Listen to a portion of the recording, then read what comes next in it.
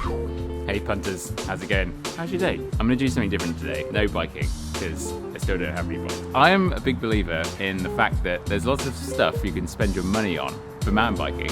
There's nothing to do with mountain biking. And one of those things is seeing a physio. And today, I'm gonna go and hang out with Adam, who I've been seeing for quite a while now. He's helped me on a bunch of things. And we're gonna go over some basic things that you can do at home. And also reasons why maybe you think about checking out that physio. Maybe that sore shoulder is something you should go and have a look at. But the funny thing is that I've been really going hard at it on the gym this week.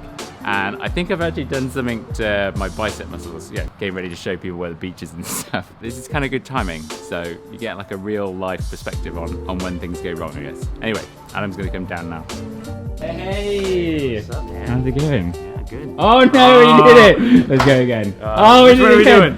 Yeah! Dialed. Alright, let's go.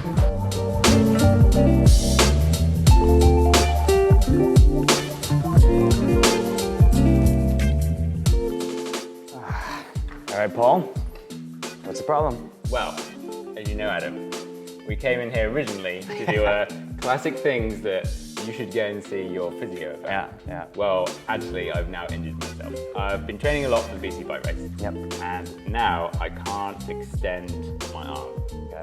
All the way. That's like as far as it can go, and then it hurts all the way down. All right, let's take a look at it. Where's it bother you? Right here. Sharp pain or is it dull and achy? Dull, achy, like, just like a, Any numbness and tingling in your fingers? No. Yeah. That's good. That's good. There's no numbness and tingling. Right? We've got so many different muscle groups across your elbow here. Yeah. You definitely strain one of them because if you strain something, first thing it's going to do is just try to contract just to hold that shut. Yeah. Right? So let's just figure it out. I think this one's probably going to be the one. Okay. I don't pull you down. Yeah, you can see it, right? Okay, let's feel. That's a nice stir, right?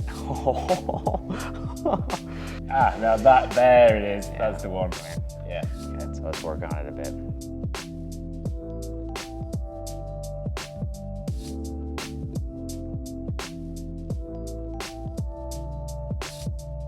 It's all about just like sustained pressure. Like a muscle will always break down at pressure.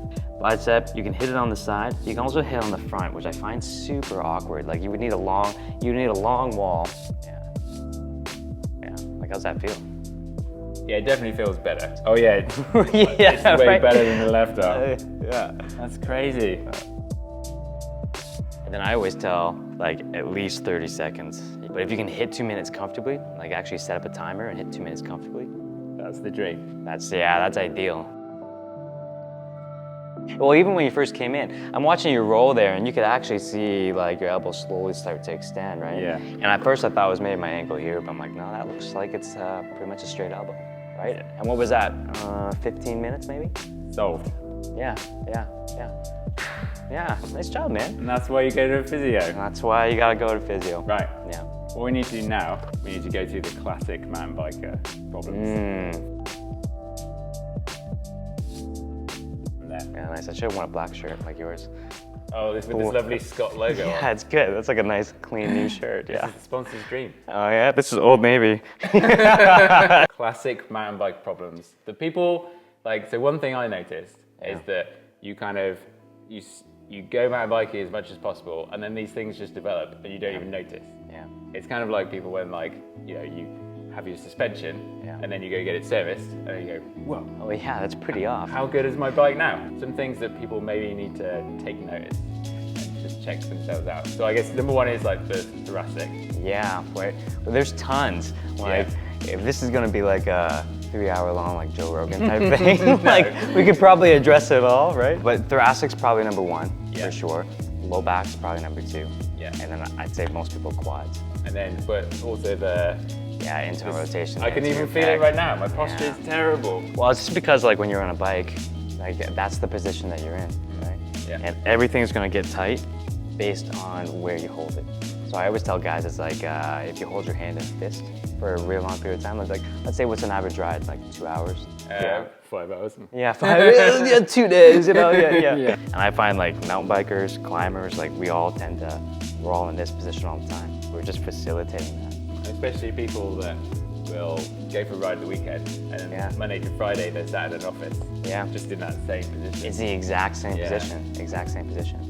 Yeah. So you want me to take a look at your pec and like see what we can do? Let's have a look. Yeah. Usually I would take a look at your collarbone first. Okay. Right? So like usually I would get you to pop this off and we take a look. The level of your collarbone can tell me a ton. The two ends, and my thumb's getting close to the mic, but two ends of your collarbone should be sitting like in a straight line. You have one side that's worse than the other right now. What do you reckon it is? Yeah, just from watching you winch from this side, right? You got it. Yeah, we've got three main muscle groups that attach onto the underside of your collarbone here. And when you sit in this position, or when you ride in that position, they can all get tight. I can feel that the left one is way more in. Even when doing exercise and stuff, like, I know. there's a clear bias. It's hard to see with the black shirt. It's hard to see with your shirt on, and it's hard to see with that light too, but you can see this divot, like this is sitting forward. Yeah, oh yeah, Like definitely. that should be a little bit more retractive. So collarbone should come out, it should upslope. The range is pretty high. Like the research says somewhere between 6 and 20 degrees. I mean, that's a huge range. So usually we just look for symmetry. So there's the inside end, there's the outside end. Like that's a pretty good angle.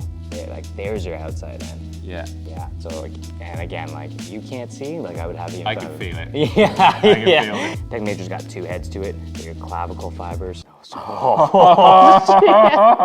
Yeah, all right there. So let's see what you can do. So if you go just with your left thumb, if you go out to the side, raise your arm as high as you can. Oh, Paul.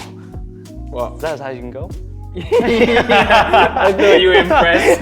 Yeah. Well, that's so good, man. Is that what you're gonna say? Yeah. No, well, try on your right side.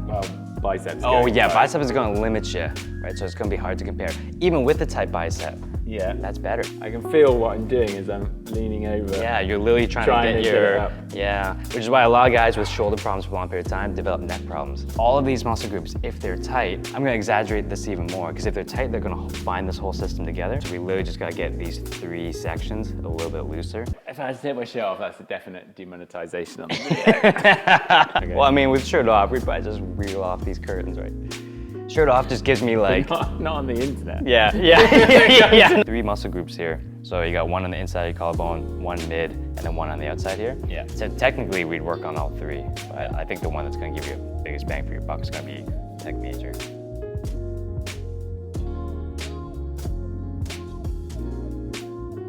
Not bad, right? So see where that arm's kind of coming to. Oh yeah. Right, so let's see if it transfers. So getting into the pecs. So getting into the pecs. Find a ball. Find a ball, and like a lot of people will use tennis balls. I don't like tennis balls. Not hard enough. Nah, they're not hard enough. Yeah, they're just not firm enough, and they're super slippery too, actually. Anywhere along the underside, because you know how we talked about those three different muscle groups there. Anywhere you need it along there, and like just where it's tender, just work on rolling that out. I think for you that might not be enough.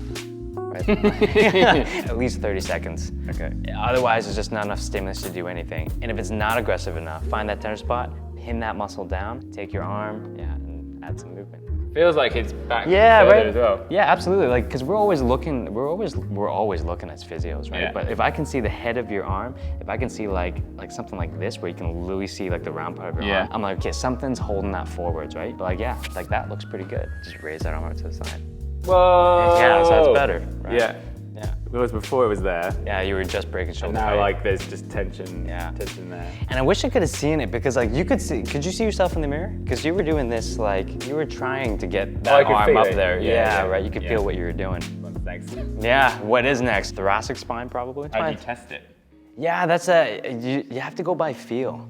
What's a good way of looking at you? Everybody's thoracic spine's got like, it's a really hard number, but it's like about 30-40% flex to it, right? And when you're in a riding position, or if you're sitting and slouching all the time, we'll just tend to like drift more and more and more into flexion. Each one of these vertebrae, they don't actually move that much. So they only move somewhere between like 2 and 6 degrees. So if you are riding in this position all the time, and if literally your first 6 vertebrae are now sitting 2 degrees more flexed, Yeah. that's 12 degrees, right? That's a ton. If you're in this position, your neck has nowhere to go, your shoulders got nowhere to go. Yeah, so if you really, really slouch, Yeah. right?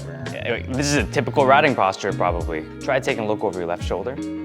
right? Feel how that physically has got nowhere to go. Wherever you stand up nice and tall, and if I actually even like facilitate you a little bit more, right? Try taking a look over your left shoulder. Oh, I can see all the way? Yeah, it's a big difference, right? Yeah. So yeah, that's how like a stiff spine can result in a stiff neck. Typically, I'd have your shirt off for this one so I could like actually physically feel without like getting the fabric in there. We can do the back. See, the back has no nipples, so I think it's fine. So this one's not an exact science. Like we literally, like we go by feel. We just named them like 1 all the way down through 12. 1 through here, 2. And then you can actually start to see that's already rest. And just judging by the curvature through here, like the apex of your thoracic spines are like right here. So my guess is that that's gonna be the stiffest. T5, big difference from here, pretty good give. So if I was actually like working on this segment, well, we just try to get that back. And yeah, we would do this for probably 4 or 5 minutes. And this is the one where you foam roll it. So like, so if you toss the shirt back on, so hands behind your head, shoulder blades together, yeah, you got it. And then same thing, I usually say like 2 minutes, you know. 2 minutes, how many times? 3 times a day. 3 times, okay. Yeah, so like if you give yourself a hug again, right? And then if you twist over towards your right side, right? Oh yeah. Yeah, well that looks better. And if you twist over towards your left side.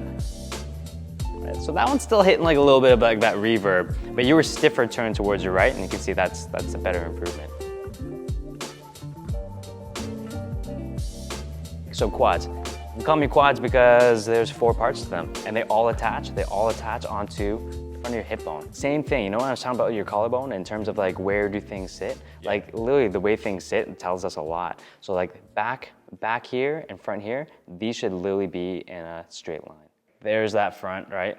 And then there's that back. So like you're not too bad, but you can see like that's forwards, right? Yeah. So you would have to, and like that can because of your quads, or that can put a lot of pressure on your back too. Bad position, yeah. Good position. Like if you're way too tight through here, right? That's going to take that whole pelvis and drop it forwards, right? And what's that called? Is that pelvic tilt? Yeah, that's a pelvic tilt. So that would be like an anterior or like a forward pelvic tilt. If somebody has a tight quad, and a lot of mountain bikers do, a lot of times what we'll see is that hip bone will be drawn forwards a little bit. Like this is a super funny test for a lot of people. Yeah, like I can't remember if I've ever done this with you before, but yeah. But a positive test is like, it's pretty hilarious. Hug your right knee up and then just lean right back.